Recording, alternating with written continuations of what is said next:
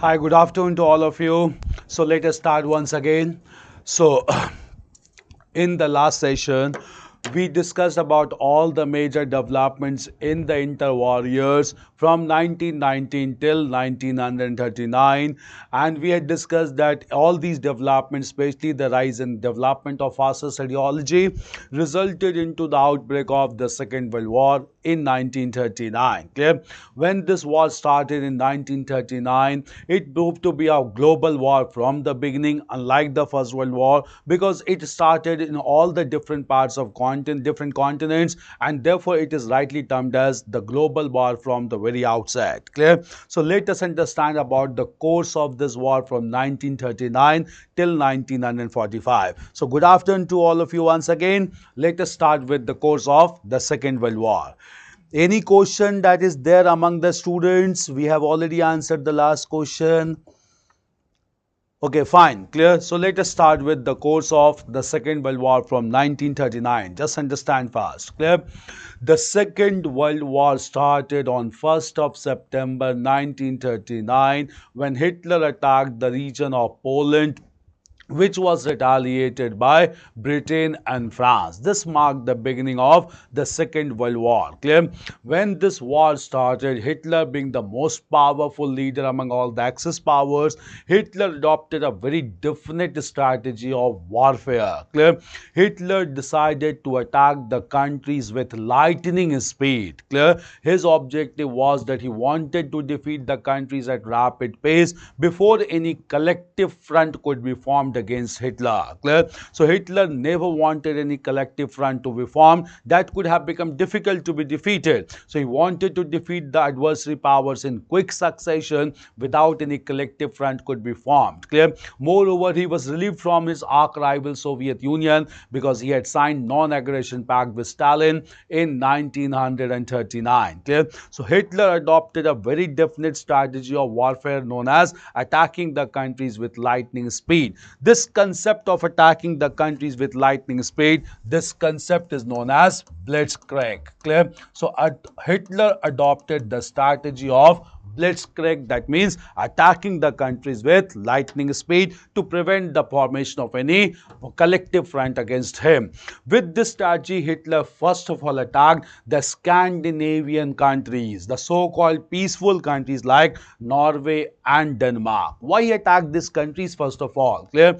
The reason was that Sweden was one Scandinavian country that has been supplying sufficient amount of resources to Germany. Clear? In order to maintain this supply chain from Sweden, Hitler wanted to establish control over large areas of Scandinavia, and apart from Sweden, Hitler established control over Norway, Denmark, and Finland. Clear? So these were the first major targets of Hitler by the strategy of blitzkrieg with the outbreak of the Second World War. Clear? At the same time, thereafter, Hitler began to attack major countries in European mainland. Hitler defeated three major countries of European mainland in quick succession. These three countries were France, Belgium, and Netherlands. Clear? So in the year 1940 itself, Hitler defeated three mainland countries of France, Belgium, and Netherlands, all adjoining countries in European mainland. Then Hitler diverted his attention towards the most powerful European country, and that powerful country was Britain.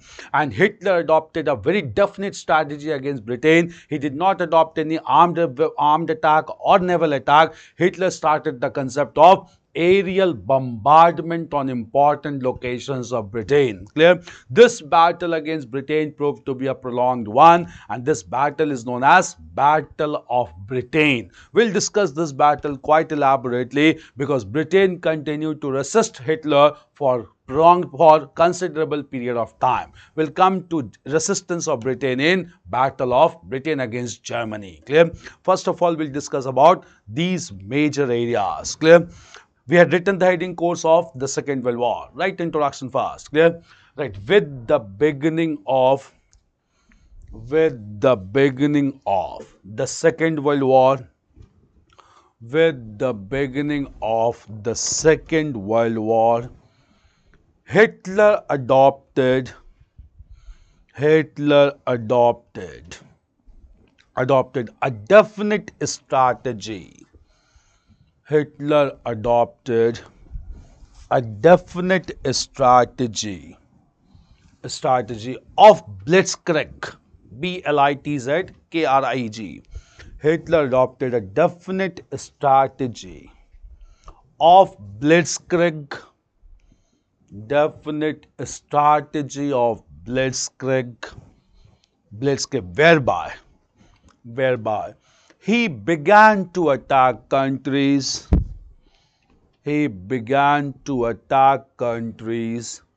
with lightning speed.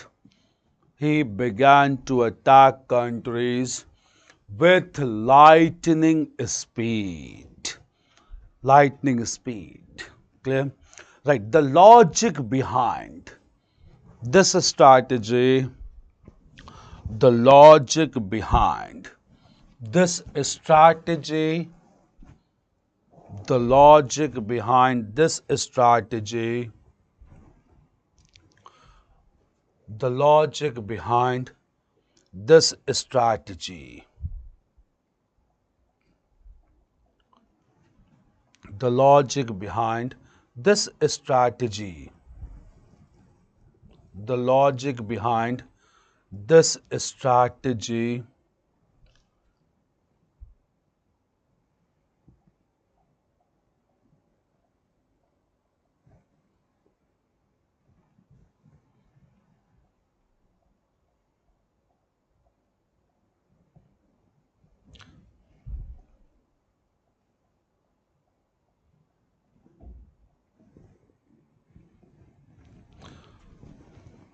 the logic behind this strategy was to prevent, the logic behind this strategy was to prevent,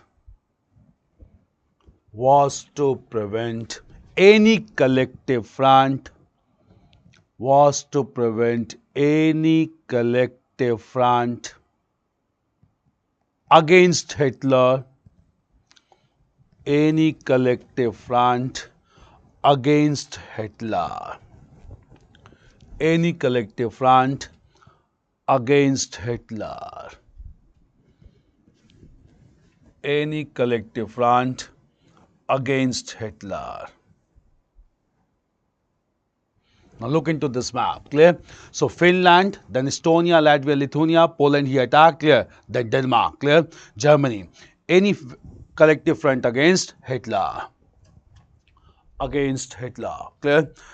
Hitler, right? First of all, Hitler annexed the peaceful, Hitler annexed the peaceful Scandinavian countries, annexed the peaceful Scandinavian countries,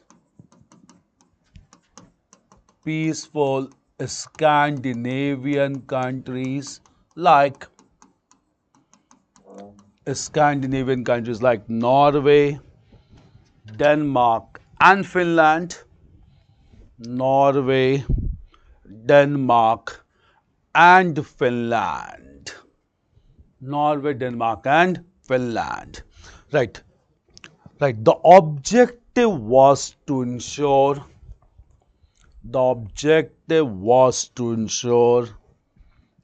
supply of resources, from Sweden, supply of resources from Sweden, clear? Sweden. Right, next, clear? Right. Consequently, Hitler annexed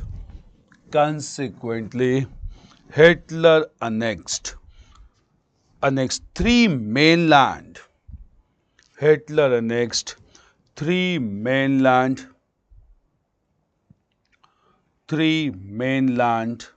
countries of Europe, three mainland countries of Europe, 3 mainland countries of Europe, Three mainland countries of Europe. Three mainland countries of Europe. Three mainland countries of Europe: France, Belgium, and Netherlands. France, Belgium, and Netherlands. France, Belgium, and Netherlands. Belgium and Netherlands. France, Belgium, and Netherlands. Belgium and Netherlands. France, Belgium, and Netherlands in 1940, 1940. In 1940. Clear? Right. Thereafter, Hitler decided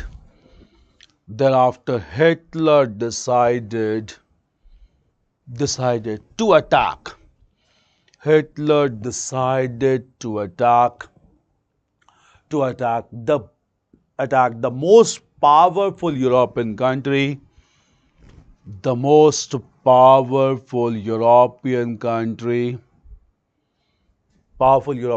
Britain. Powerful country, Britain. Clear? Right. Hitler started aerial bombardment.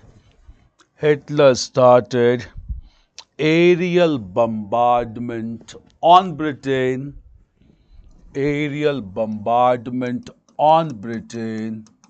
Leading to the Battle of Britain.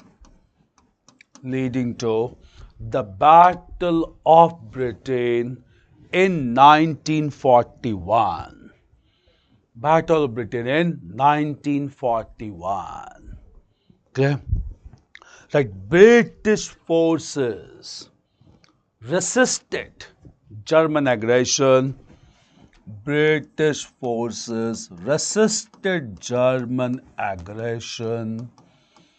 Under the leadership, very important role, under the leadership of Winston Churchill.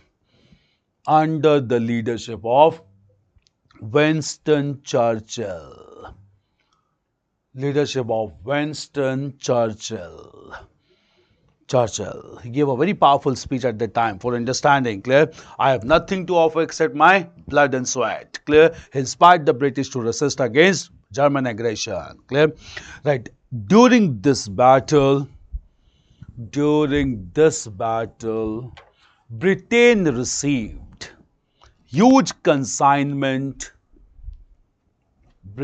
received huge consignment of arms and weapons.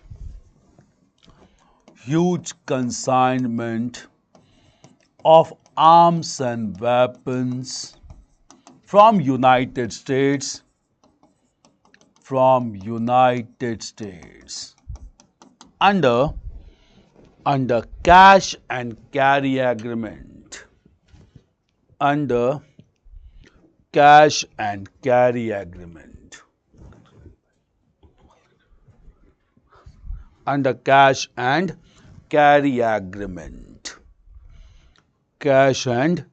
agreement. Clear? Right. According to this agreement, Britain paid huge amount of cash.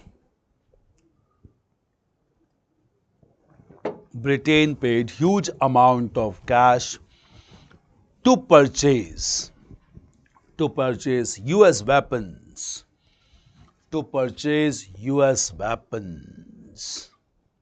Clear? Due to prolonged Battle of Britain,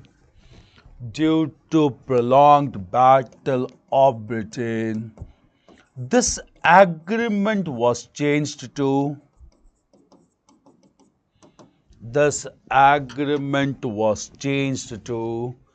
Lend and Lease Agreement.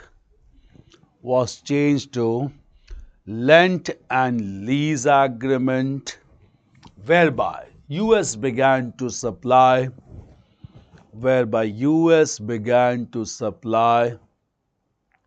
supply arms and weapons on lease without selling.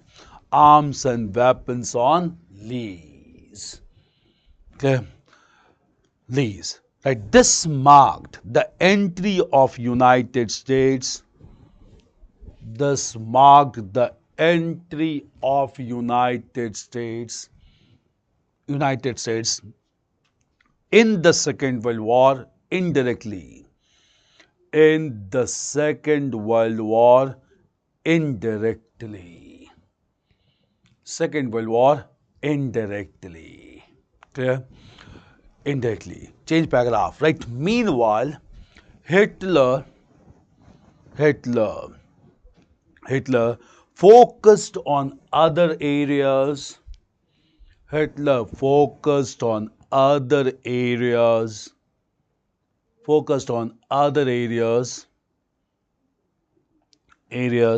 And attacked the Balkan region of Greece. Attacked the Balkan region of Greece.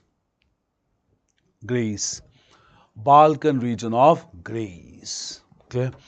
Next, by the end of, since Greece was attacked, it was opposed by Soviet Union. Right. By the end of 1941,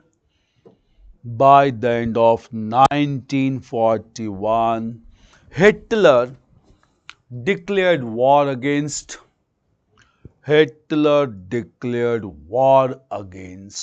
Soviet Union, because Soviet Union began to oppose Hitler's aggression on Greece.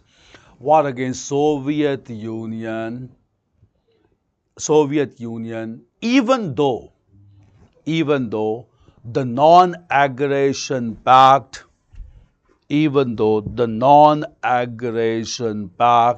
was in existence. Non-aggression pact was in existence. Clear?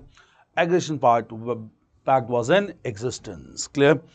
Right. The Soviet army allowed the German forces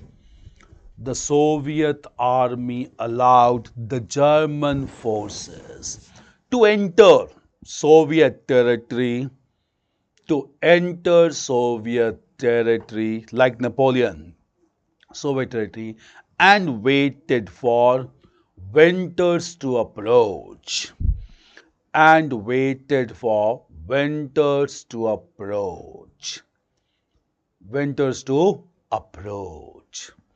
Clear? Right.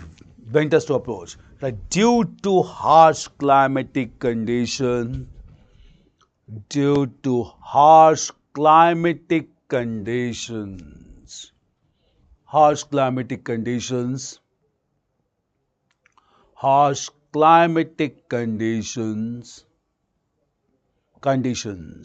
German forces began to suffer, and they were defeated by the Soviet forces,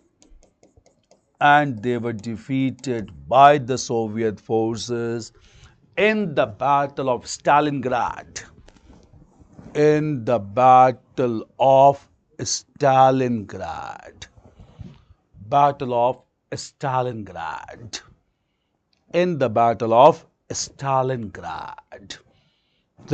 Right. This affected the popularity of Hitler.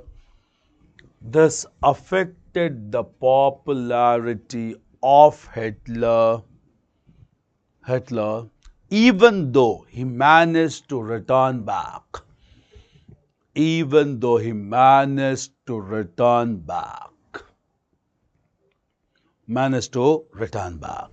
Change paragraph. Right. In the course of the Second World War,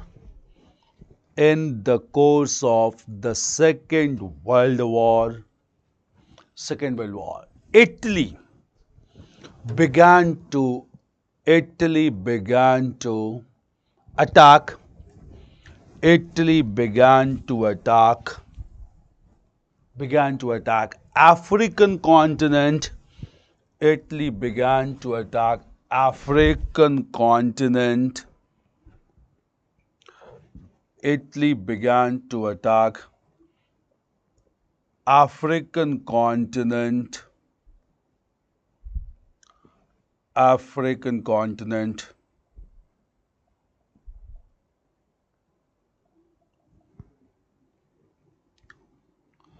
African continent. Italy began to attack African continent. African continent and annexed African continent and annexed and annexed and annexed the region of and annexed the region of Libya, annexed the region of Libya, annexed the region of Libya, large country, annexed the region of Libya, along with large parts of Eastern Africa, Horn of Africa, along with large parts of Eastern Africa, large parts of Eastern Africa, Eastern Africa. Clear? Right? In this way, the Second World War proved to be the Second World War proved to be intercontinental in nature, proved to be intercontinental in nature. This was second. So German aggression, then Italian. Clear? Right? Third. Clear? Right. The third fastest power was Japan. The third fastest power was Japan.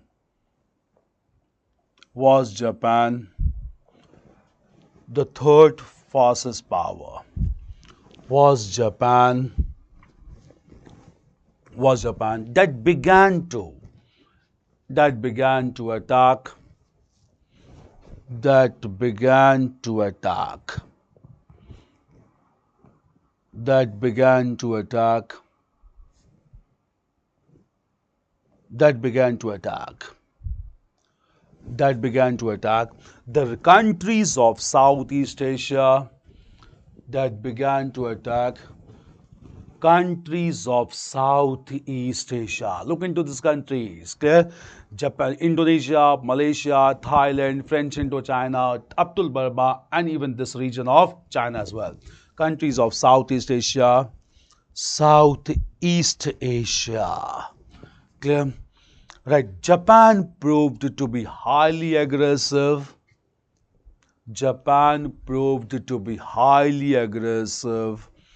And by the end of 1941, even attacked the US naval base, of Pearl Harbor,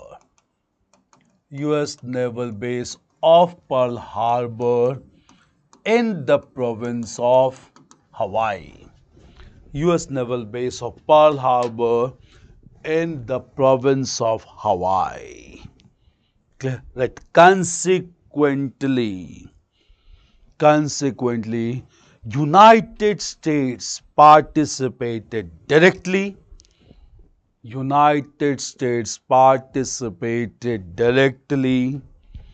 And the war became global in character.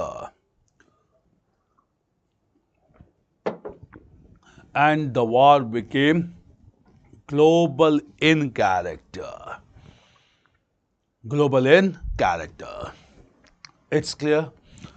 Global in character. War became global in character. Clear all the aggression of three fastest power. Clear chain paragraph. Right. However, however, when Hitler suffered reverses in Soviet Union. When Hitler suffered reverses in Soviet Union, the Allied powers led by United States and Britain, the Allied powers led by United States and Britain, led by United States and Britain, United States and Britain, Allied powers led by United States and Britain decided to attack the weakest link,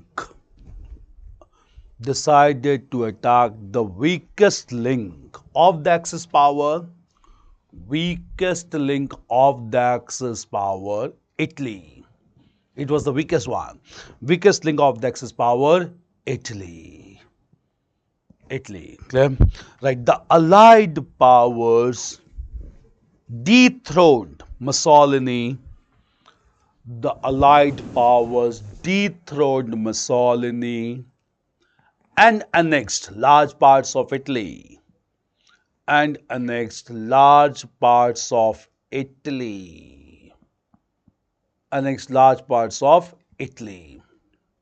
Italy. Clear? Right. However, Hitler again appointed Mussolini as ruler of Italy, but the people of Italy, they were fed up with war, but the people of Italy hanged Mussolini.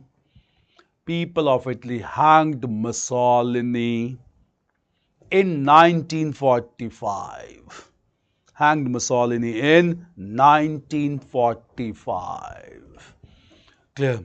Right. By this time, Hitler realized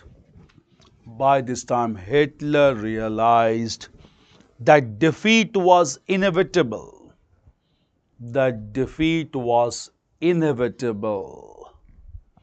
And he committed suicide. That was the most honorable thing he could do to himself. And he committed suicide on 30th of April 1945. On 30th of April 1945. 1945. Clear? Right. Next sentence. Even then, Japan continued to show aggression.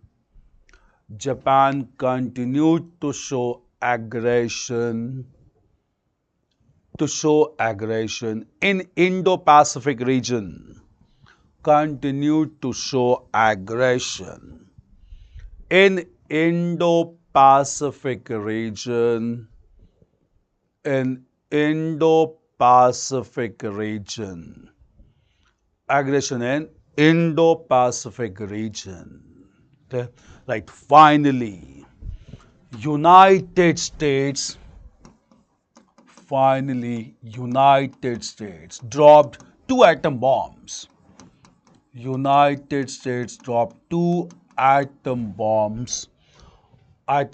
On Japanese cities. Of Hiroshima and Nagasaki. Japanese cities of Hiroshima and Nagasaki in August 1945, 6th and 9th of August. In August 1945, which marked the abrupt end of Japanese aggression.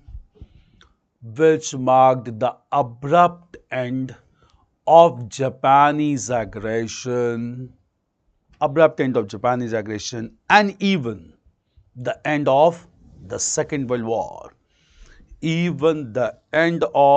the Second World War. Second World War. So the war ended with atomic attack against Japan. Clear? So this was the course of war that took place for 6 years. That is from 1939 till 1945. Clear? At the same time, we'll just understand when this war came to an end. Any historical event is important because of its consequences. We discussed the consequences of First World War also elaborately. Here we'll discuss about the consequences of the Second World War. Clear? So now we'll move on to the another dimension, that is the consequences of Second World War. First of all, clear? By that time, by the year 1944 itself, it was almost clear that the war would come to an end with Allied victory or with victory of Allied powers. That is why Allied powers led by United States and its President Franklin Delano Roosevelt began to think of some more arrangement so that in coming time, any war like the Third World War could be prevented. Clear? With such objective, only Franklin Roosevelt convened an international conference at San Francisco in 1945. This was attended by leaders from different countries, and during this conference only, United Nations Charter was signed, the word itself being coined by Franklin Roosevelt. And based on the charter signed at San Francisco, it led to the establishment of a binding international organization known as the United Nations Organization, which came into formal existence on 24th of October 1945. Clear? This organization known as United Nations Organization replaced the ineffective League of Nations, which was established after the First World War. Clear? So after the end of Second World War in 1945, the most positive consequence was the establishment of a binding international body in form of the United Nations Organization in 1945. Clear? Several organs were established within the United Nations, the most important and powerful being the United Nations Security Council. This council originally comprised of 4 permanent members and 10 non-permanent members. All those 4 permanent members were victorious powers of Second World War like United States, Britain, France and Soviet Union. Clear?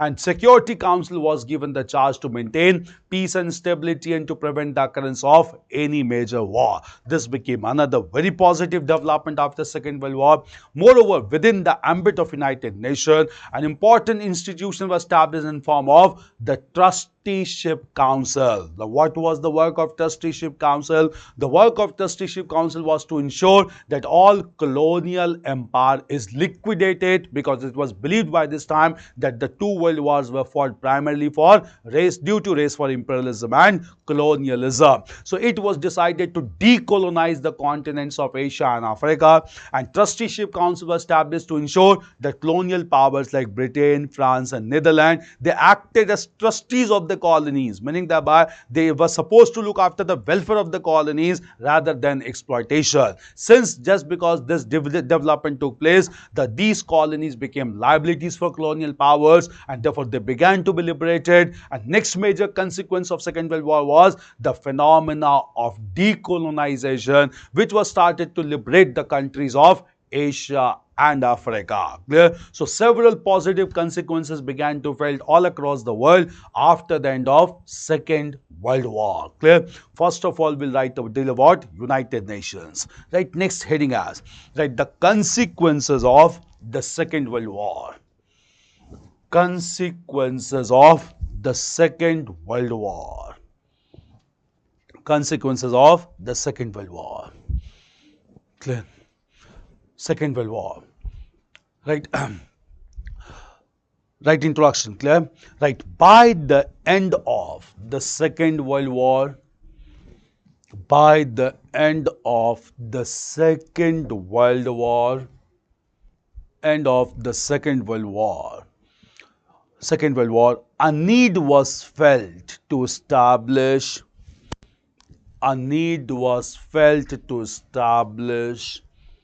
a proper international body,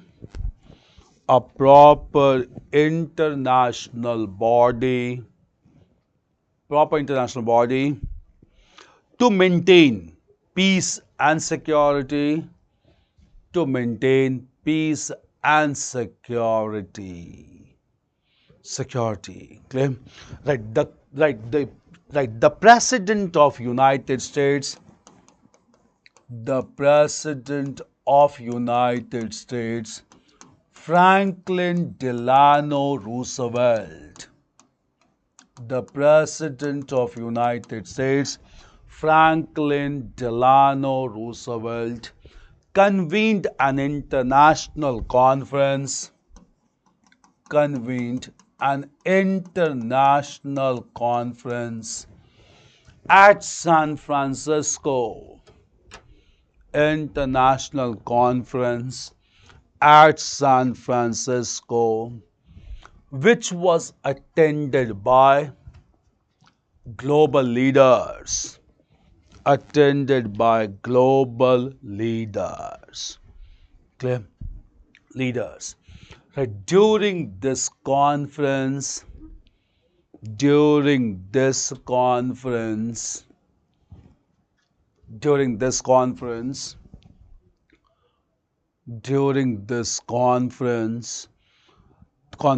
leaders signed the United Nations Charter. The leaders signed the United Nations Charter, which led to the establishment of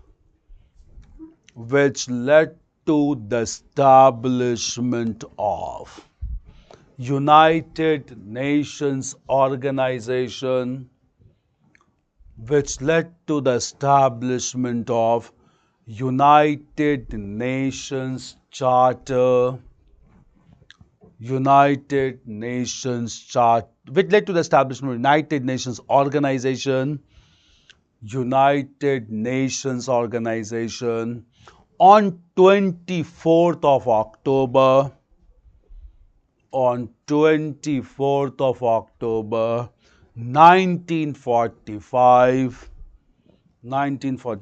that replaced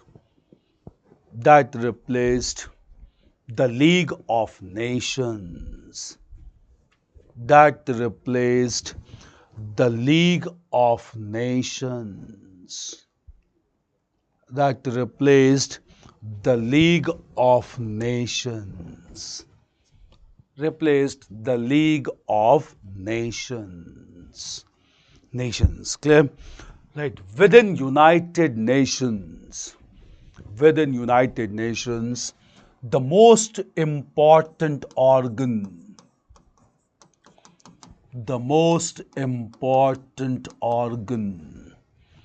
of Security Council, the most important organ of Security Council was established,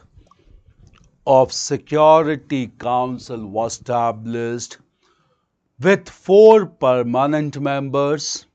China was not there. With 4 permanent members and 10 non-permanent members, to maintain global peace and security, to maintain global peace and security. Peace and security. Clear? Right. At the same time, another important organ,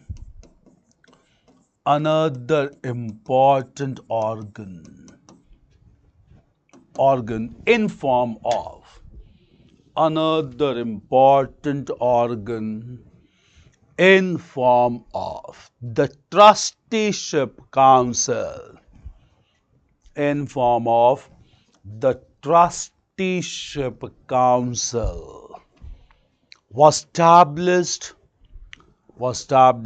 within United Nations,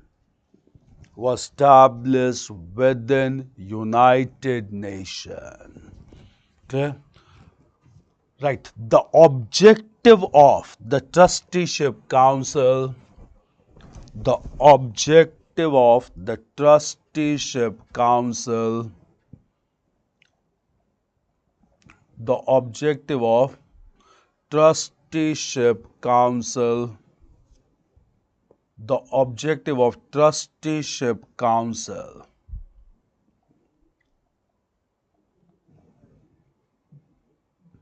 the objective of trusteeship council was to ensure, trusteeship council was to ensure,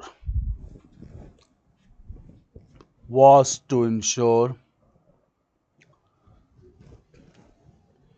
trusteeship council was to ensure that colonial powers, like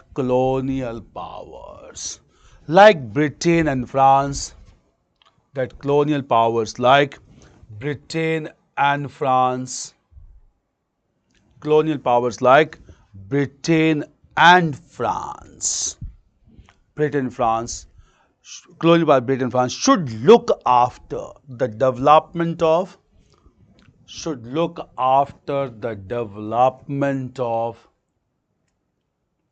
look after the development of their colonies, development of their colonies in Asia and Africa, colonies in Asia and Africa, Asia and Africa, clear? Asia, Africa, right? Under such monitoring, under such monitoring, the process of decolonization, under such monitoring, the process of decolonization was started in Asia and Africa. The process of decolonization was started in Asia and Africa. Decolonization was started in Asia and Africa. Asia and Africa, which was a positive consequence of, which was a positive consequence of the Second World War. Positive consequence of the Second World War. Now, do understand from here, decolonization is important, clear? First of all, coming to Asia, clear? If we look into South Asia, almost whole South Asia was under the control of Britain, clear? And this whole South Asia began to be liberated under the pressure of United Nations, and also due to the pressure of domestic national movement started in different parts, clear? India was decolonized in 1947 along with Pakistan, that was created at this time, and later on Bangladesh at this time, clear? After some time only Myanmar or Burma was given independence by Britain in 1947, and thereafter Sri Lanka or modern Ceylon or modern Sri Lanka in 1948, clear? In Southeast Asia, Britain liberated the region of Malaysia in 1963, and Malaysia also became independent, or Malay Peninsula became independent from British rule, clear? France controlled the region of Southeast Asia known as Indochina. This Indochina comprised of Laos, Vietnam and Cambodia, clear? So Laos, Vietnam and Cambodia was released by France under the pressure of United Nations. Moreover, the large parts of Indonesia comprising of several islands was under the control of Netherlands. In fact, Dutch had been ruling over Indonesia for 250 years, and it was finally liberated by Dutch in 1949, clear? Meanwhile, there was country of Philippines which was colonized by United States, and Philippines was liberated just after Second World War by United States in 1946. This completed the decolonization of Asian continent, including South Asia and Southeast Asia. First of all, we'll write about decolonization of Asia, clear? Right. In Asian continent, next paragraph, in Asian continent,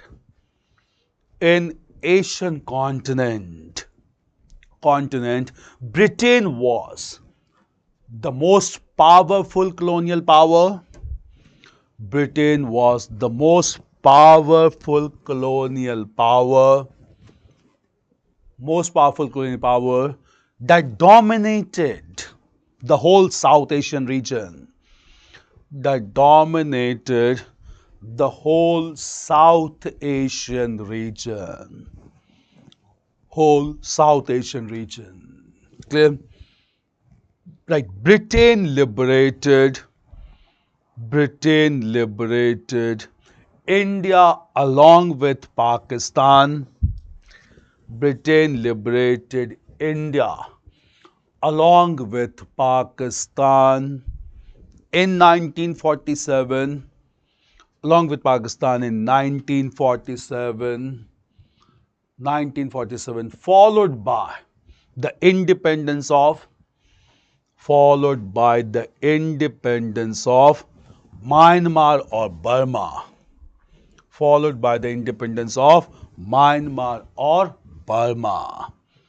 Myanmar or Burma. Clear? Right. In 1948, Britain liberated modern Sri Lanka.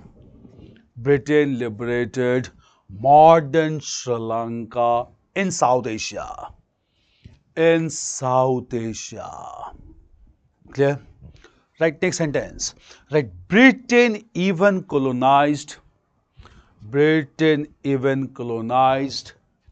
the Malay Peninsula, Malay, even colonized the Malay Peninsula or modern Malaysia, Malay Peninsula or modern modern Malaysia, which was finally liberated in 1963. Finally liberated in 1963.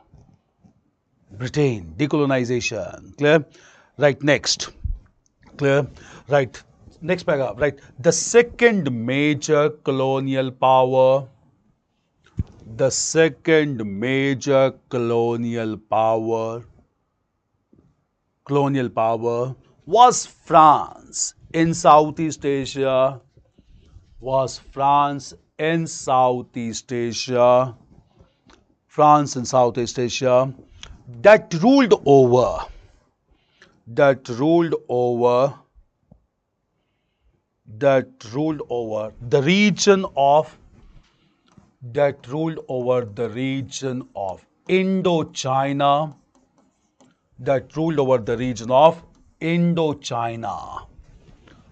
the region of Indochina, comprising of French Indochina, comprising of Laos, toward the northern side, comprising of Laos, Vietnam and Cambodia.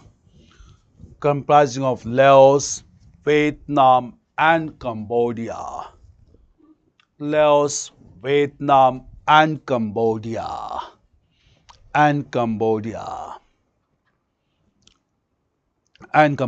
Clear? Right. Laos was given independence. Laos was given independence in 1949. Followed by Vietnam and Cambodia.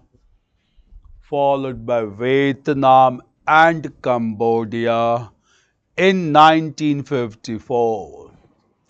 Vietnam and Cambodia in 1954. Clear? So, French Indochina. Right, next paragraph. Clear? Right, another colonial power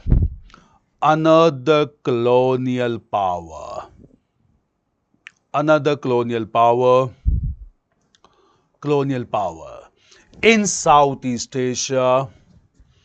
Another colonial power in Southeast Asia was Netherlands. The Dutch was Netherlands, which ruled over Indonesia, the islands of Java and Sumatra, which ruled over Indonesia. Okay, right? In fact, Netherlands colonized Indonesia.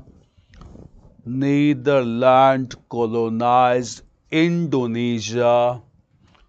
Indonesia for almost 250 years. For almost 250 years. 250 years. Clear? Right, next. Indonesia was decolonized. Indonesia was decolonized in 1949. Decolonized in 1949. 1949. Next paragraph. Clear? Right. The Southeast Asian country. The Southeast Asian country of Philippines. The Southeast Asian country of Philippines. Of Philippines was under US control. Was under US control. Right here. In fact, Philippines is the only country. In fact, Philippines is the only country to be colonized by United States. To be colonized by United States. Clear? Right. However, just after the end of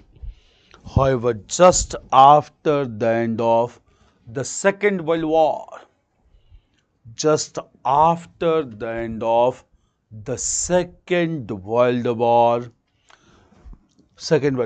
United States liberated Philippines. United States liberated Philippines in 1946, just after Second World War. Philippines in 1946. 1946. 1946. Clear? So, in this way, Asian continent got clear. Right? Next sentence. In this way, the large Asian continent. In this way, the large Asian continent was liberated. Asian continent was liberated by European powers. By European powers. Change paragraph. European power. Clear? I'll come to your question, Vishwajit. Clear? Colonial powers. Clear? Right, next paragraph. Right, similarly, European powers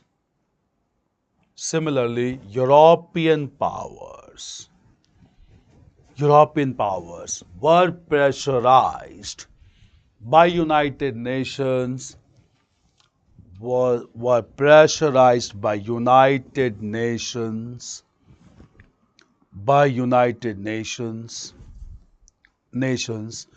to liberate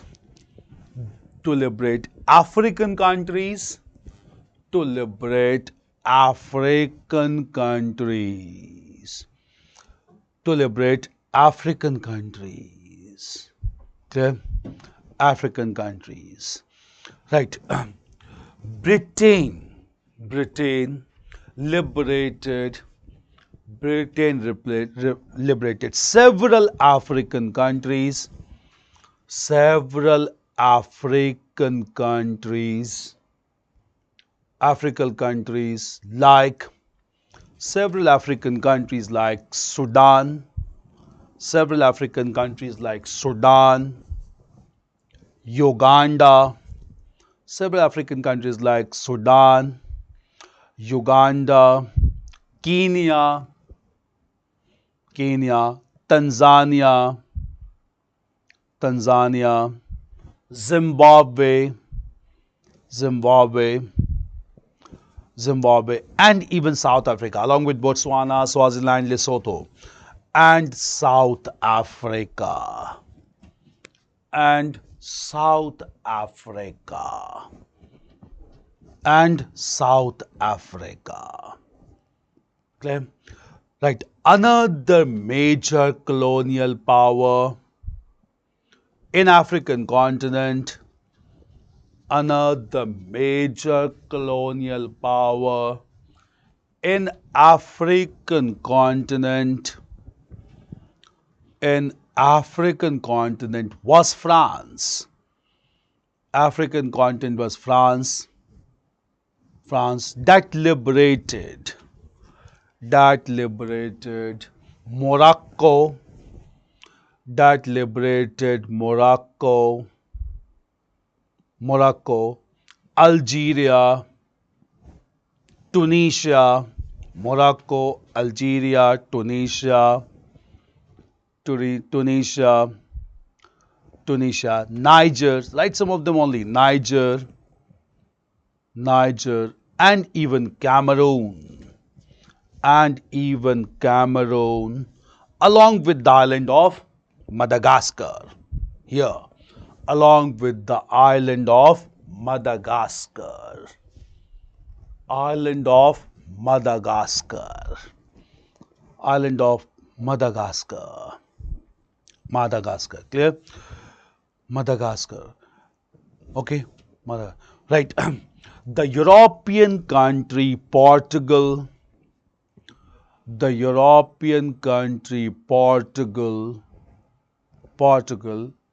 had colonized Angola and Mozambique. Had colonized Angola and Mozambique. Which were decolonized. After the Second World War. Decolonized after the Second World War. Okay? Right. In Central Africa, the large country of Zaire, Zaire, the large country of Zaire was liberated. The large country of Zaire was liberated by Belgium.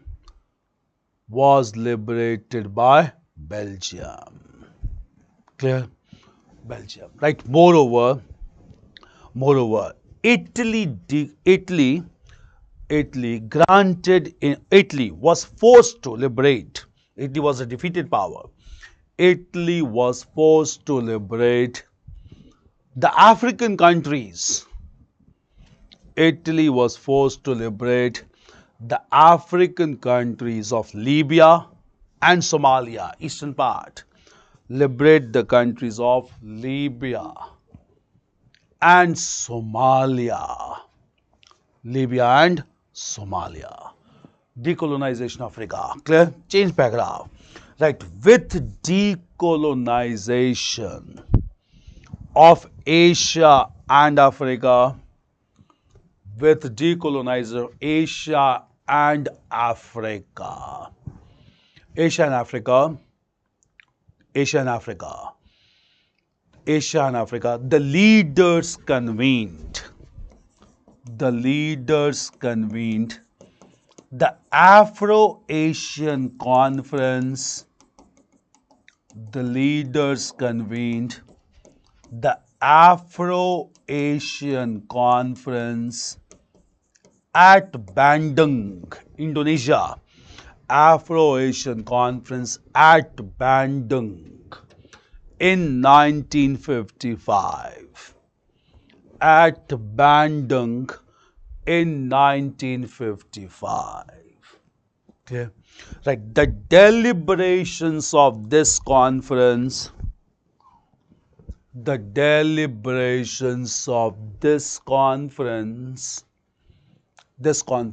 resulted into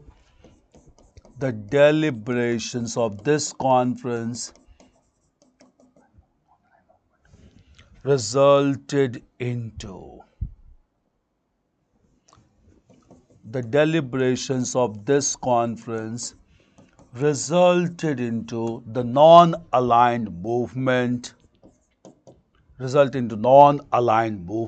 in 1961 at Belgrade, Yugoslavia. In 1961 at Belgrade, Yugoslavia. Belgrade, Yugoslavia. Okay, right. The non-aligned movement was promoted by leaders like the non-aligned movement was promoted by leaders like Jawaharlal Nehru from India, Joseph Tito from Yugoslavia,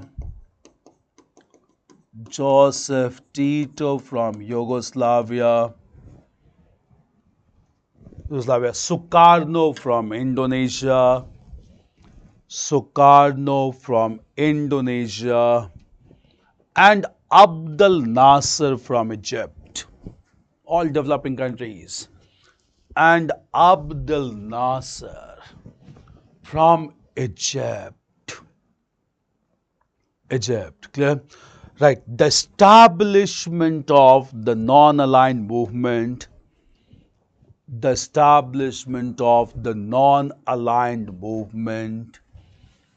was in the context of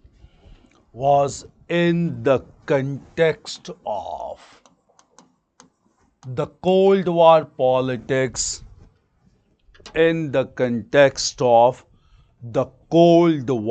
politics, which was also a major consequence of the Second World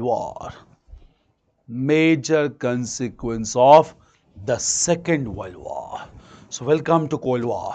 So one consequence being establishment of United Nations along with Security Council. Second major consequence is decolonization of Asian Africa leading to non-aligned movement. Third major consequence is the phenomena of Cold War. We'll come to phenomena of Cold War. Meanwhile, I'll take a question. Clear? The question is, sir, is currently United Nations have any value? See, again, I'll let you know, there are some failures of United Nations, no doubt, but still United Nations has huge relevance because apart from resolving conflict, United Nations started to take some major contemporary issues like climate change, as also began issues like terrorism, and even at the issues like the trade connectivity among major powers. So obviously, with some failures, it cannot be said that the United Nations has lost all its relevancy. It's still a relevant body at global level. The permanent members of the United Nations did not follow the UN Charter, as like Russia attacked Ukraine. Clear? China attacked Taiwan, Vietnam, US attack Iran, then what is the function of UN? See, again, let you know, clear? There are some weaknesses in the structure of United Nations. That is why United Nations sometimes has failed to resolve many conflicts. That is why the scholars and experts at global level believe that time has come to change the structure and organization of United Nations and to expand the membership of permanent membership in order to make it more democratic and realistic in nature. India is one of the countries that demands permanent membership in United Nations Security Council. Clear? So obviously some scholars believe that United Nations does not reflect the contemporary realities and it needs to be restructured and reformed to include more responsible countries as Security Council permanent members in order to make it more effective and functioning. So obviously there are some lacunas, no doubt about it. This is right that United Nations could not take very active steps when Russia attacked Ukraine or when China attacked Taiwan. But obviously even after with limitations, it is still a relevant organization at global level. So how China got permanent seat in Security Council? Nimai Mondal. Clear? See, China, that after 4 permanent members or victorious powers were given membership, one country was to be given membership from the largest continent, that is Asia. Clear? And at this time, United States wanted to include one country from Asian continent, and initially United States went for Taiwan. Why Taiwan? Will come to that reason, not the People's Republic of China. Later on, People's Republic of China became the permanent membership of Security Council in 1972. Initially, it was not People's Republic of China, it was Republic of China or Taiwan, which was given membership in 1955. Clear? So obviously, China being a large country, representative country from Asia, China was included as permanent member by permanent members of United Nations. So what is difference between England, Britain and UK? Subrata. Clear? So if you want to understand difference between England, Britain and UK, I'll explain you this concept. Clear? England, Britain. See, first of all, clear? England is just an island located in Europe. Clear? If England is counted along with Wales and Scotland, Wales and Scotland, then it is known as Great Britain. So Great Britain is a term we use for 3 major regions, that is England, Wales and Scotland. Moreover, when in Great Britain you add the region of Northern Ireland,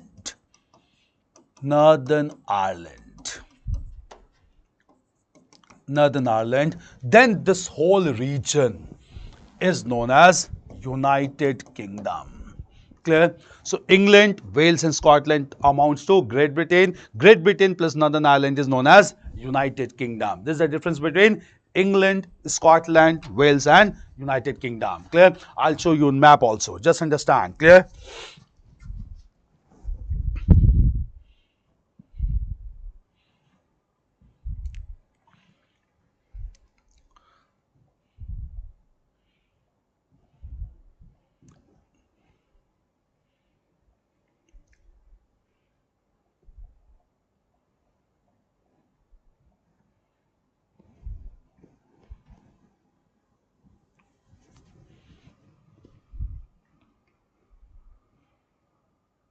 No, you will understand with this.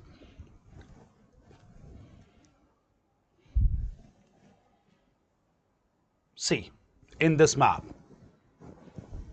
clear? This is England, clear? If England and Wales and Scotland is added, this is the yellow line. It is known as Great Britain, clear? When in Great Britain you add Northern Ireland, then it is known as United Kingdom, clear? So England is a simple island, clear?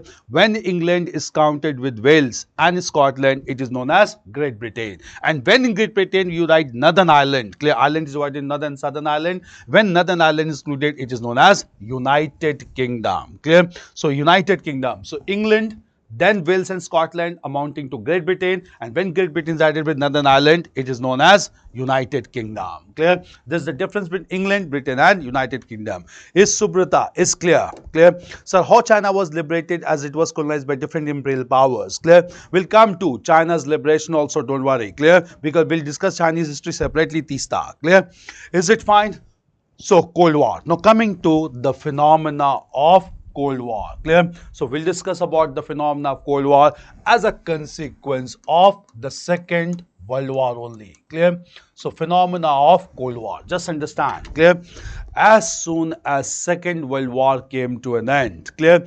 Meanwhile, when Second World War came to an end, the Prime Minister of Britain, Winston Churchill, realized that whole European continent has been divided into 2 major sections based on ideological differences. Clear? These 2 ideologies were capitalism and communism. Capitalism being largely promoted by Western European countries and communism being largely promoted by Eastern European countries. Clear? This was first recognized by Winston Churchill, who said that an iron curtain has descended upon Europe, dividing Europe into Eastern and western half. Clear? And the issue of differences was ideological differences, that is the capitalist and the communist ideologies. Clear? The Western European countries supported capitalism, the Eastern European countries supported communism. Clear?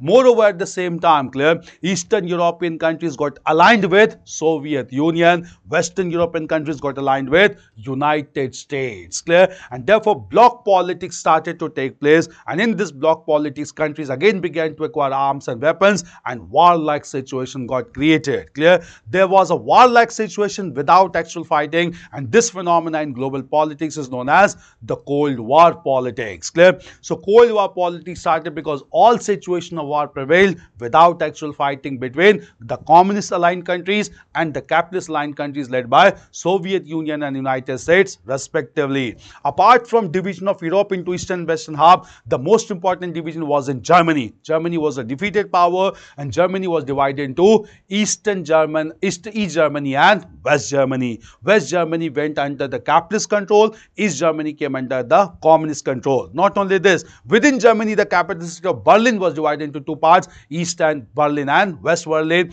East Berlin under communist control, West Berlin under capitalist control, and to divide Berlin a concrete wall was constructed. This wall is known as the Berlin Wall, and Berlin Wall became the biggest manifestation of Cold War politics. Clear? So it was division of Europe in three concentric circles. First was the division of city of Berlin. Beyond Berlin it was the division of Germany. Beyond Germany it was division of whole Europe, and this was on ideological basis.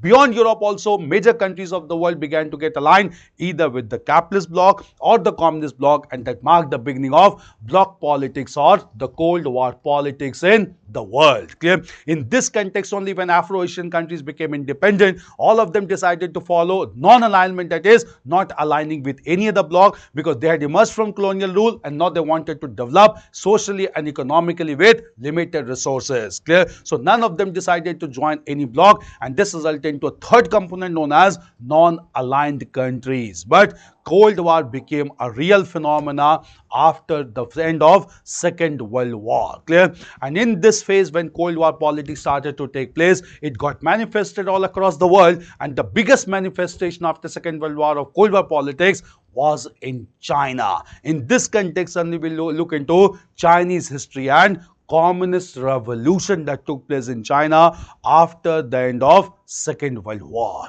So first of all, Cold War politics. Clear? Right. After the end of the Second World War, after the end of the Second World War, after the end of the Second World War, British Prime Minister Winston Churchill, British Prime Minister Winston Churchill, British Prime Minister Winston Churchill, Prime Minister Winston Churchill realized that an iron curtain, concrete curtain, that an iron curtain has descended upon Europe. Iron curtain has descended upon Europe, dividing the continent into eastern and western halves. Dividing the continent into eastern and western halves. Western half, clear? Right. The Eastern European countries,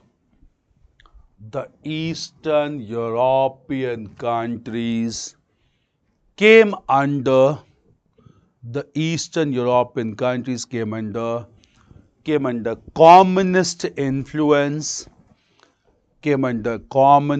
influence, whereas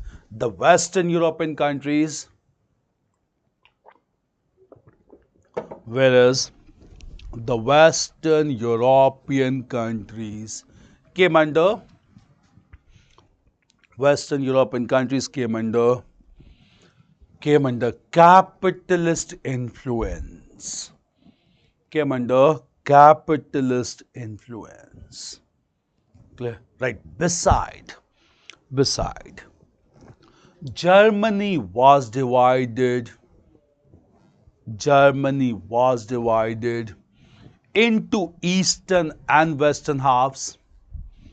Germany was divided into eastern and western halves under communist and capitalist influence. Under communist and capitalist influence.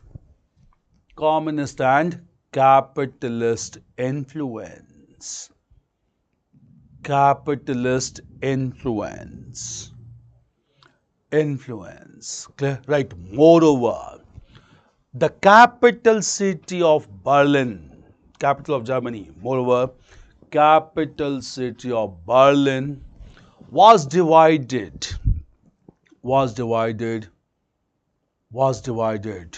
along the Berlin Wall. Divided along the Berlin Wall into eastern and western halves. Into eastern and western halves.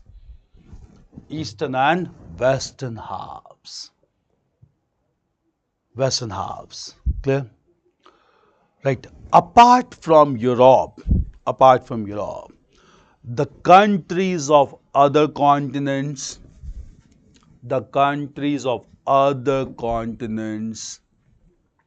began to align. The countries of other continents began to align either with the capitalist bloc headed by United States, either with the capitalist bloc headed by United States, or the communist bloc,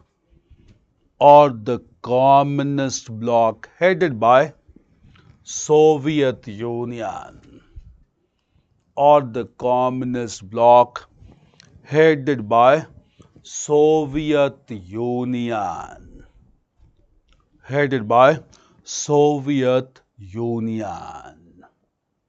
Clear?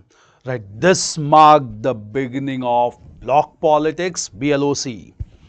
This marked the beginning of bloc politics. Accompanied by the race for armament.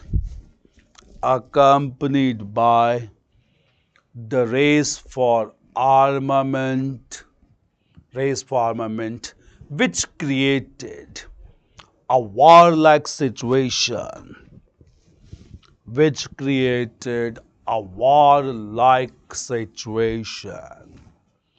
Without actual fighting. Without actual fighting, which is termed as the Cold War politics. Which is termed as the Cold War, simply. Which is termed as the Cold War. Okay? Right. The first major manifestation of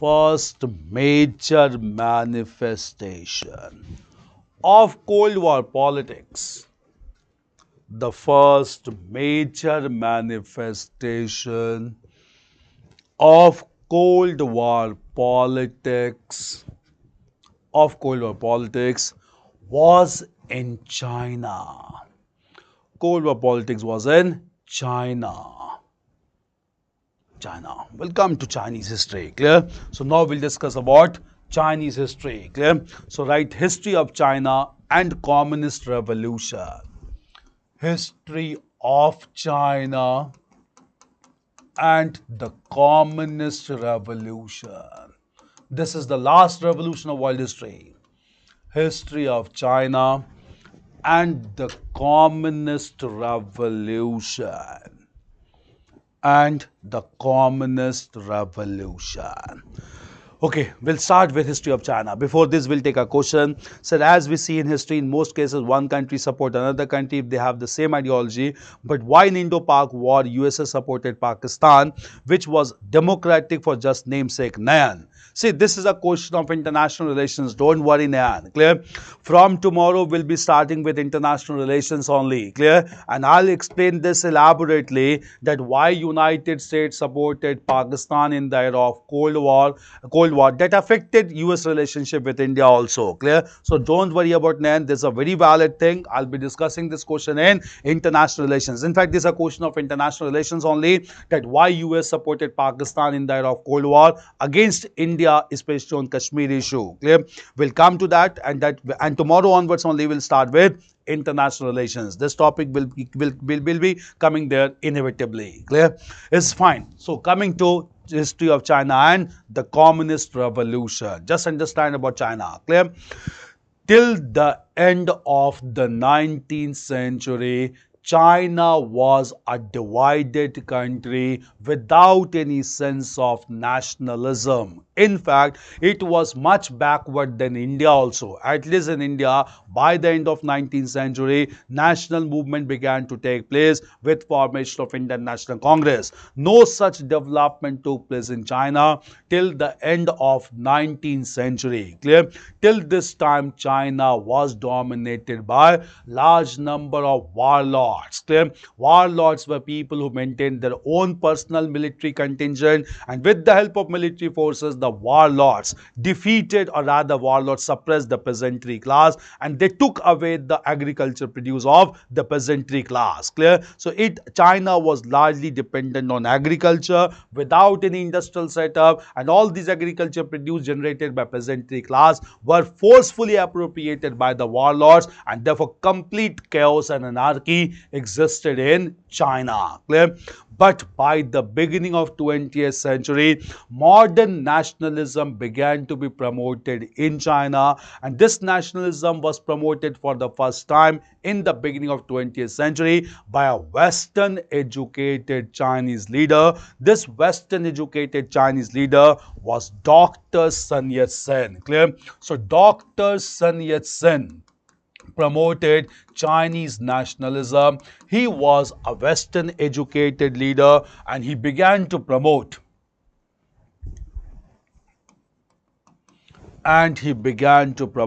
modern nationalism in China. Then Dr. Sun Yat-sen emphasized on three major pillars of democracy, right to livelihood, and equal opportunity for everyone. So democracy, equality, and right to livelihood was the three pillars to promote nationalism in China by Dr. Sun Yat-sen. Clear? In order to promote modern nationalism in China, Dr. Sun Yat-sen established a political party in China in 1911. This party was known as the Nationalist Party in China. Clear? So he established a nationalist party in China. In order to promote nationalism, this party was popularly known as the Kuomintang Party. Clear? Or KMT. So Kuomintang Party or KMT was the nationalist party established by Dr. Sun Yat-sen in 1911. Clear? Moreover, Dr. Sun Yat-sen, in order to defeat large number of warlords, which was very basic hurdle towards Chinese nationalism, Dr. Sun Yat-sen established Wampur Military Academy. Clear? This Wampur Military Academy was established in order to train Chinese youths so as to establish large military force against the warlords. Clear? So Wampur Military Academy was established in China in order to train Chinese youths against the warlords. Clear? All these became very important development. Clear? However, real beginning of Chinese nationalism started from 1919 after First World War. The reason was after First World War, when Paris Peace Conference was convened, one Chinese province province named as province of Shantung. Clear?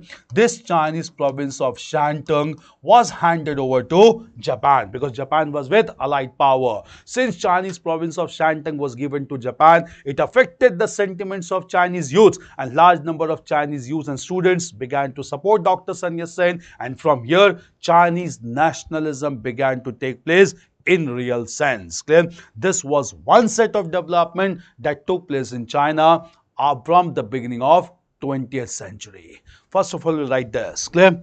Right? History of China and Communist Revolution. Right? Introduction fast. Clear? Right? Right. The large country of China. The large country of China. The large country of China was dominated by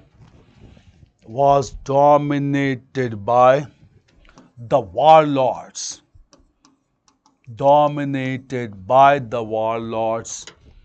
till the end of the 19th century. Till the end of the 19th century. End of the 19th century. Clear? 19th century. Right. The warlords maintained their own personal contingent. The warlords maintained their own personal contingent. Their own personal contingent. Maintained their own personal contingent. Own personal contingent. Forces, contingent, and appropriated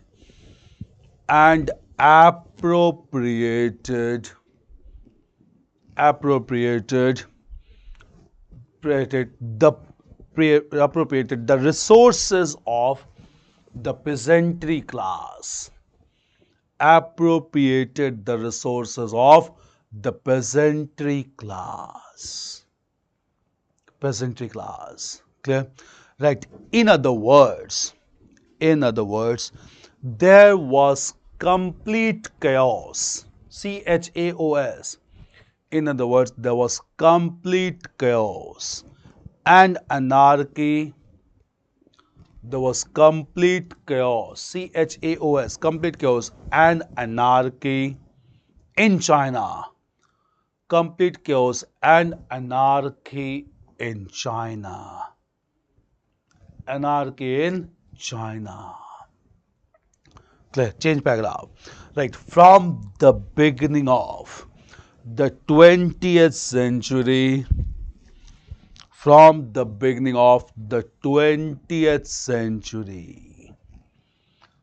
So, modern nationalism. From the beginning of the 20th century, modern nationalism was promoted in China. Modern nationalism was promoted in China. By a Western educated leader.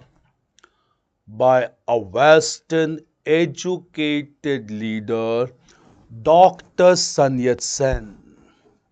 Western educated leader, Dr. Sun Yat-sen. Western educated leader, Dr. Sun Yat-sen. Clear? Right. He began to promote nationalism. Based on the principles of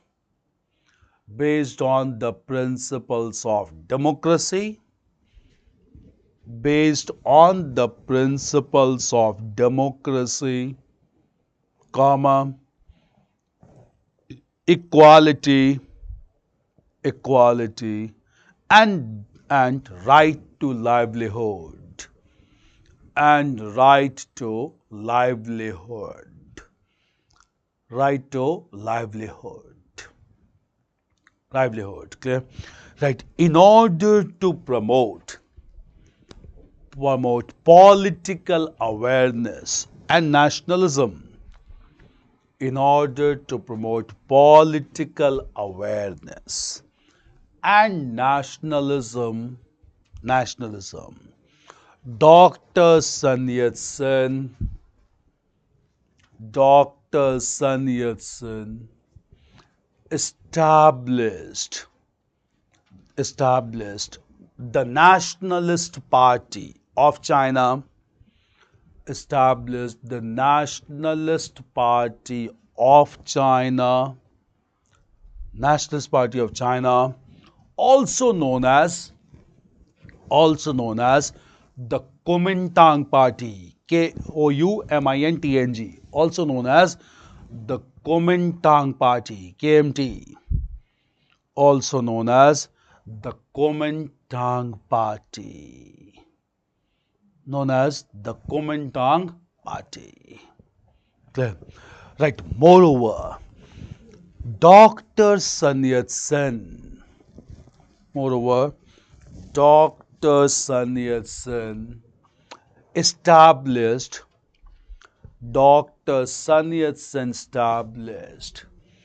the Wampur Military Academy, established the Wampur Military Academy,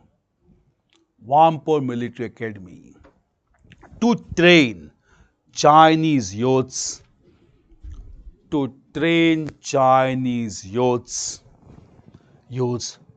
so as to defeat the warlords. The real hurdle, so as to defeat the warlords.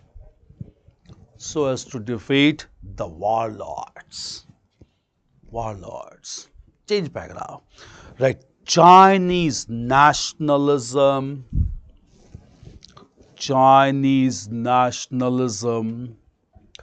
took an effective shape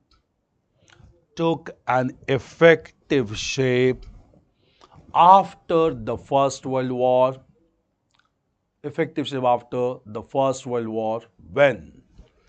when Chinese province of Shantung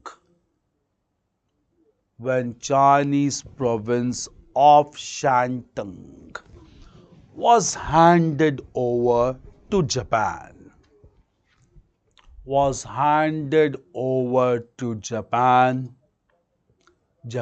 which affected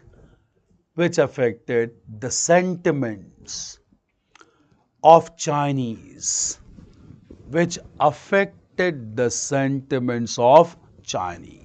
Shantung, which affected the sentiments of Chinese. Now just understand after here, clear? After this, clear?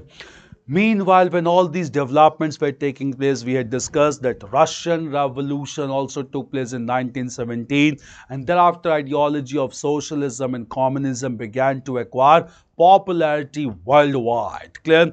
Under the influence of communist ideology after Russian Revolution, a great communist leader emerged in China. Clear? And this leader was named as Mao Zedong, popularly known as Mao Zedong. Clear? And he began to promote communism along with nationalism in China. In order to promote communism and nationalism together, Mao Zedong established his own political party in 1921 known as the Chinese Communist Party. Clear? Even though he established his own political party known as the Chinese Communist Party, initially both Mao Zedong and Dr. Sun Yat-sen cooperated with each other because both of them wanted to make China a strong nation state. Clear? That is why full cooperation was established between the two leaders with full maturity. Clear? This scenario continued, and thereafter Chinese nationalism began to be promoted by Mao Zedong and Dr. Sun Yat-sen. But things began to get complicated after the death of Dr. Sun Yat-sen in 1925. Clear? Now, since we are discussing about Mao Zedong, we have a question from Anil Kumar Roy. Sir, how did communist revolution in China spur Mao's Great China Cultural Revolution? Yeah, because cultural revolution was started by Mao Zedong after Chinese Communist Revolution. But communist revolution, clear, in China spurred the Great Cultural Revolution, which was started after 1949 under Mao Zedong's leadership. Because Mao Zedong became the chairman of People's Republic of China and promoted cultural revolution to revive the rich cultural heritage of China. Clear? Right, next paragraph. Clear? Right, right. Meanwhile,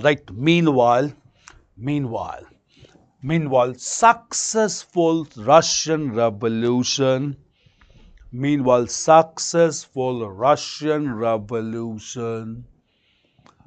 revolution promoted the ideologies of socialism and communism,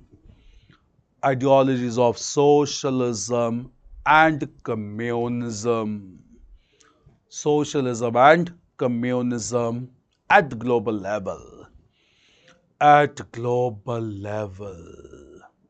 Clear? Right. A great communist leader, a great communist leader,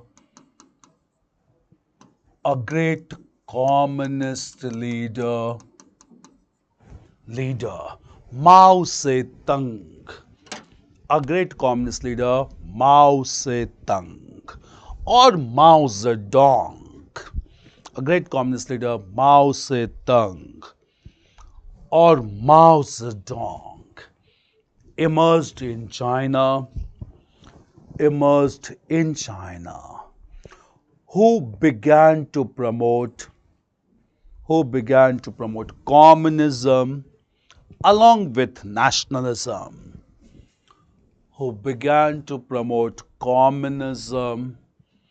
along with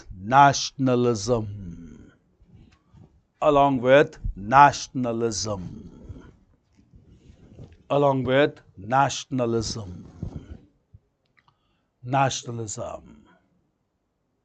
with nationalism, clear? Right. Mao Zedong established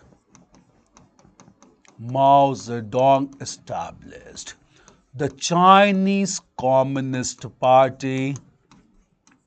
Mao Zedong established the Chinese Communist Party in 1921.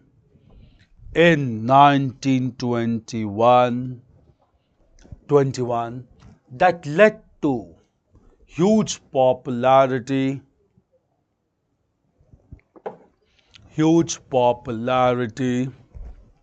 of communism.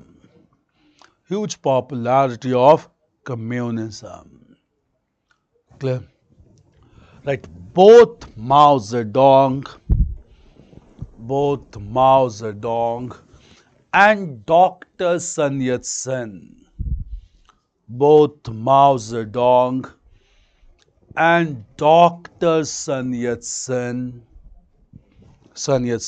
cooperated with each other.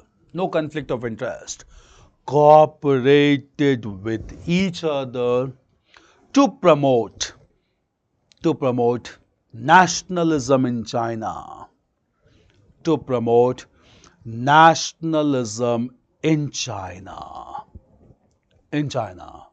Clear? Right. However, things began to get complicated.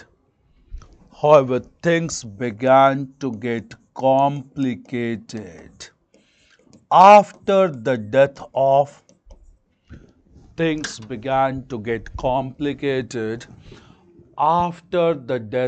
Dr. Sun Yat-sen.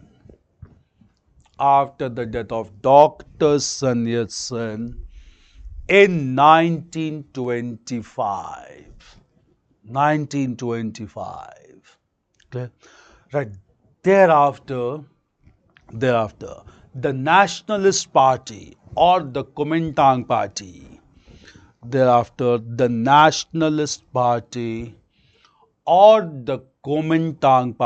KMT, or the Kuomintang party came under the command of came under the command of came under the command of a military general came under the command of a military general, Chiang Kai-shek came under the command of a military general, Chiang Kai-shek military general Chiang Kai-shek who was the chief of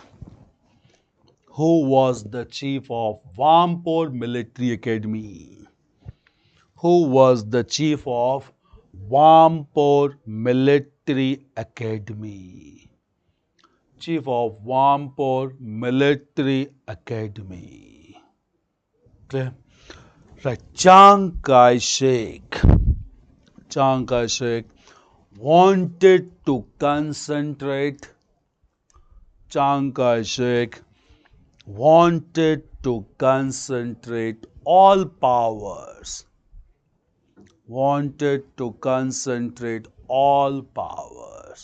in his own hand, all powers in his own hand,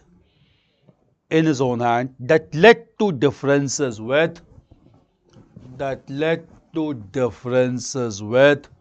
Mao Zedong, the communist leader, that led to differences with Mao Zedong.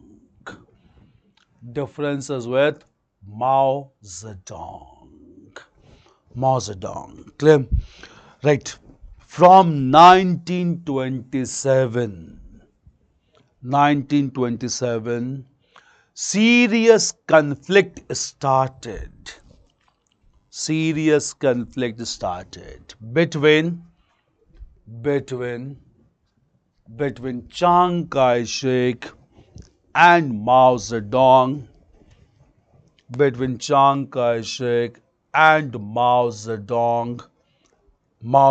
leading to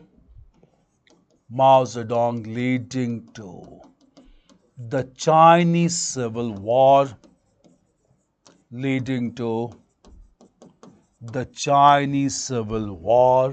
for 1 decade, 27 to 37. Chinese Civil War for 1 decade, 1927 to 1937, for 1 decade. Chinese Civil War for 1 decade, 27 to 37. For 1 decade. Clear? For 1 decade. Right. Taking advantage of this civil war, Japan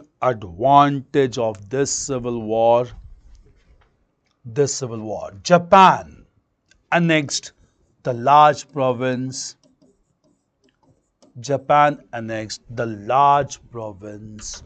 of Manchuria.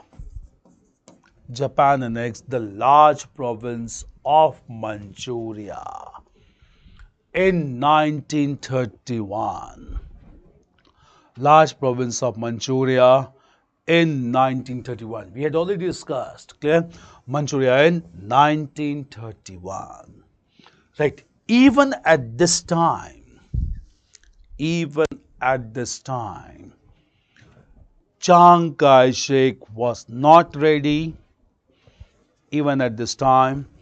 Chiang Kai-shek was not ready to cooperate with Mao Zedong.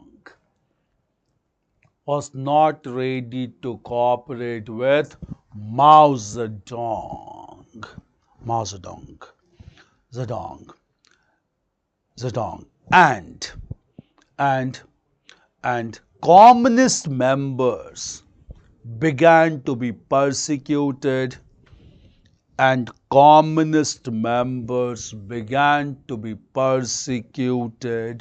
by Chiang Kai-shek.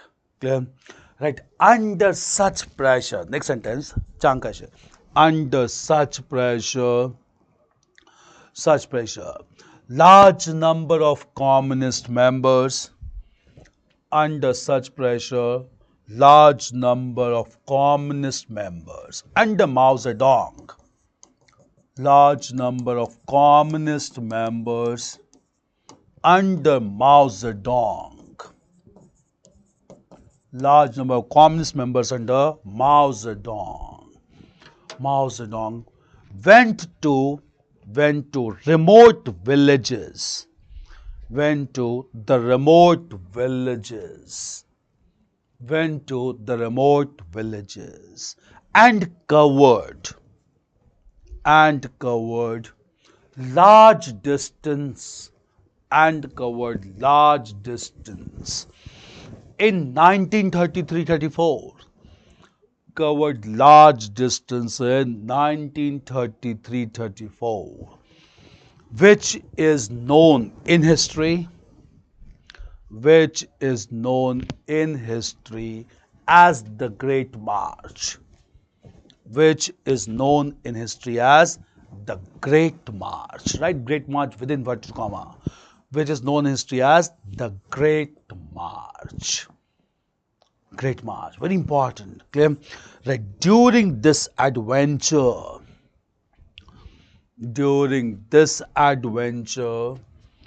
the communist members. During this adventure, the communist members defeated large number of warlords. The communist members defeated large number of warlords and redistributed agricultural property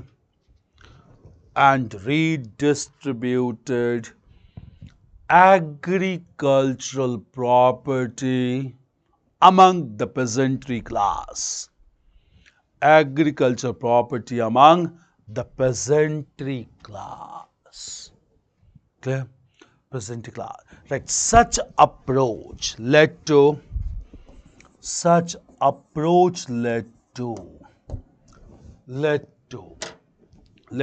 a new ideology.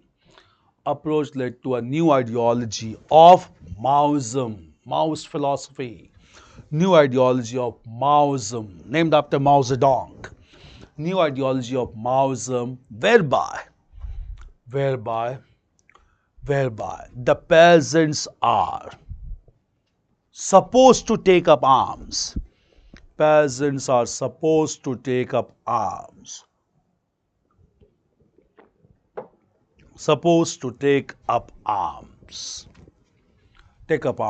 In order to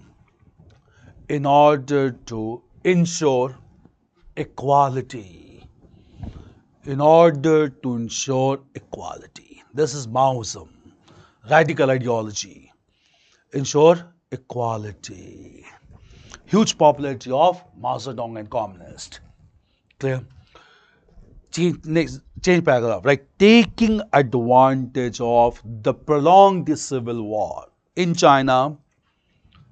Taking advantage of the prolonged civil war.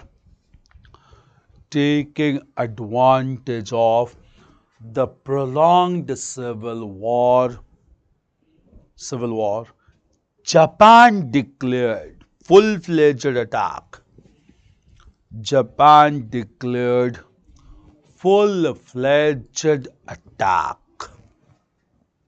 Declared full-fledged attack on China. Full-fledged attack on China in 1937. Even this we had discussed. Full-fledged attack on China in 1937. 1937. Clear? Right? Even at this critical time, Chiang Kai-shek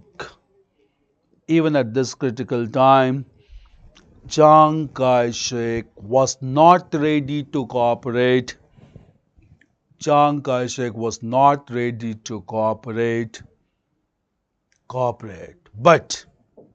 But he was arrested by his own soldiers. but he was arrested by his own soldiers. Arrested by his own soldiers and forced to cooperate with Mao Zedong, forced to cooperate with Mao Zedong against Japanese threat, against Japanese threat, against Japanese threat. Clear? Right. Under such pressure, and due to Japanese aggression,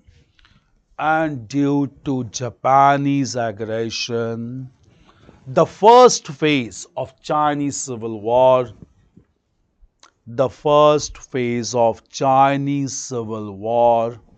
came to an end. The first phase of Chinese Civil War came to an end in 1937. Came to an end in 1937. Not voluntarily, under such pressure. 1937. Clear? Change paragraph. Right. By the end of the Second World War,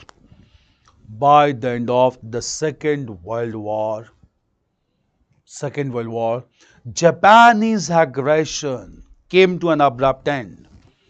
By the end of the Second World War, Japanese aggression came to an abrupt end.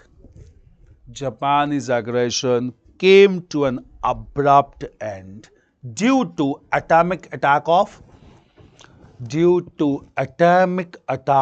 United States. All these we had already discussed.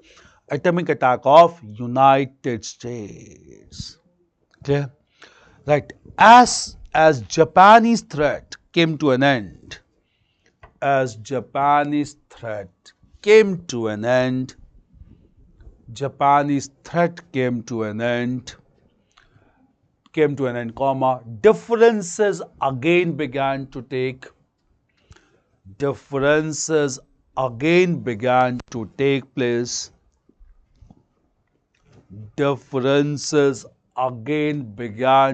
take place. Between Chiang Kai-shek.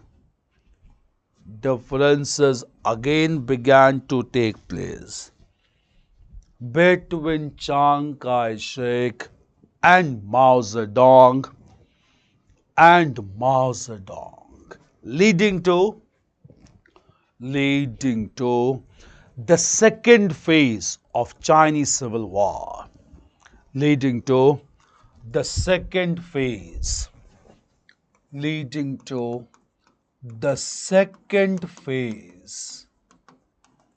of the Chinese Civil War.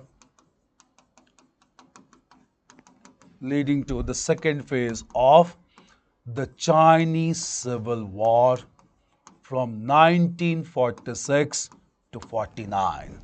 Second phase of Chinese Civil War, 1946 to 49. Right. During this phase, China became a theater of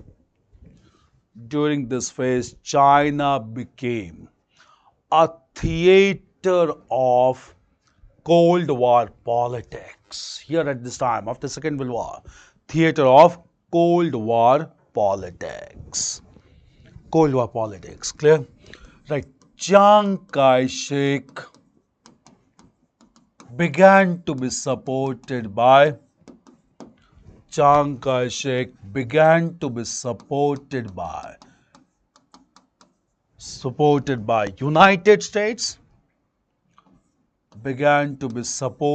United States, whereas Mao Zedong, the communist leader, began to be supported by USSR, Soviet Union. Began to be supported by USSR. Okay? Right. Due to popular support due to popular support of Chinese, popular support of Chinese, of Chinese, of Chinese. Mao Zedong defeated, Mao Zedong defeated Chiang Kai-shek. Mao Zedong defeated Chiang Kai-shek, who fled to the adjoining region, who fled to the adjoining region of Taiwan, who fled to the adjoining region of Taiwan under US protection, under US protection, US protection. Okay, right. Meanwhile, Mao Zedong proclaimed the Communist Revolution. Meanwhile, Mao Zedong proclaimed the Communist Revolution of China, proclaimed the Communist Revolution of China as successful. Communist Revolution of China as successful, and and and declared China as the People's Republic of China, PRC, right in capital, and declared China as the People's Republic of China, PRC, People's Republic of China, with its capital at Beijing. With its capital at Beijing. Cultural Revolution started thereafter under Mao Zedong, with its capital at Beijing. Clear? Right. However, United States refused to recognize. United States refused to recognize PRC. United States refused to recognize PRC, refused to recognize PRC, and went forward to recognize Taiwan,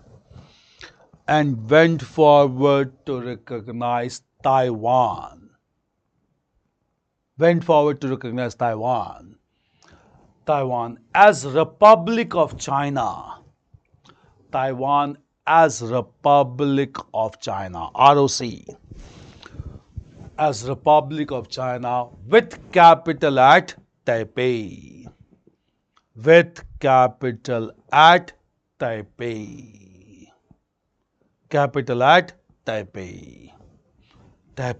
clear? Right.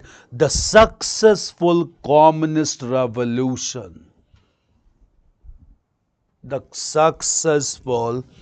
Communist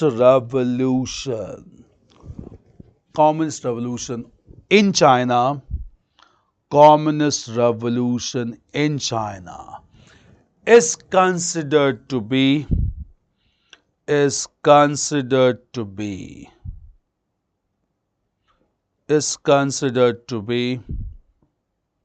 the biggest defeat,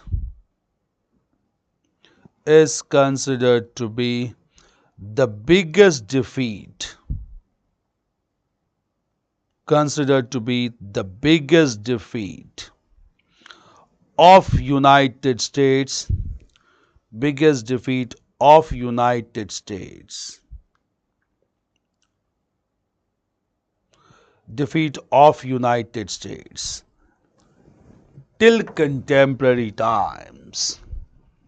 till contemporary times.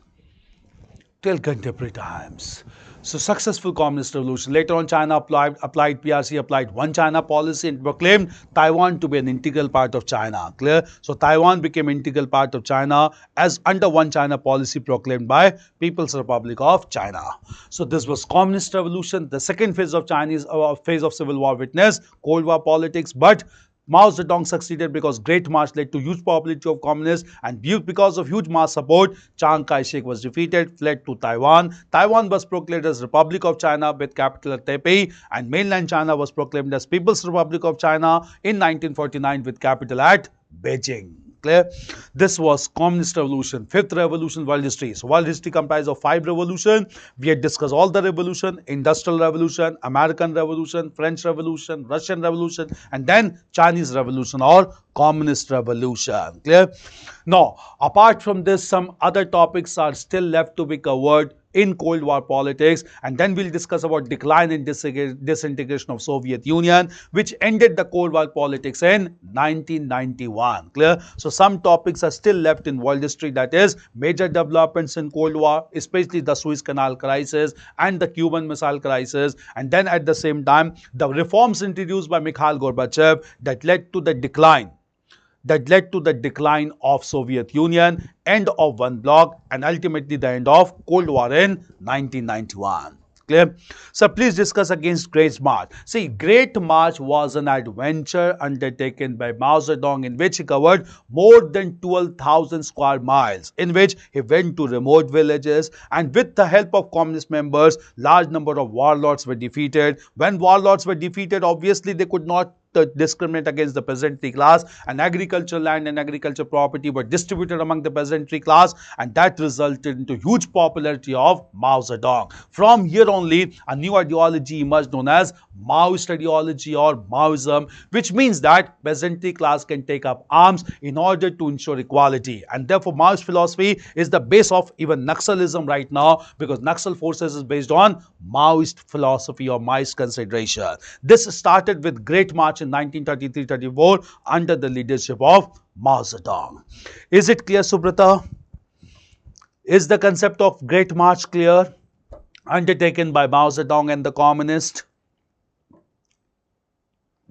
Fine, clear?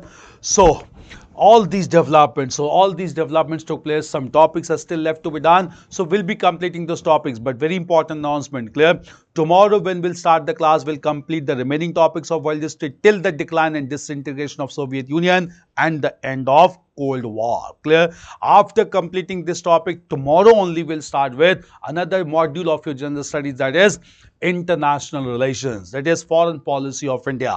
Clear? So we'll discuss about India's foreign policy or international relations. We'll start with this topic tomorrow itself after completing world history. So in the first session, we'll complete the topics related to world history, and then after completing world history, we'll start with international relations. What do you mean by warlords? Warlords are basically military soldiers who maintain their own contingent, and they are always ready to fight. Clear? Just because warlords are ready to fight anytime, it results into complete anarchy in China, and warlords survive by appropriating the resources of the peasantry class. So warlords are different from feudal lords. Clear? Feudal lords rely on agriculture, they promote agriculture activities. Warlords are basically large number of warriors who maintain their own contingent, they fight among themselves also, they fight against the peasantry class also, and they appropriate their resources for survival.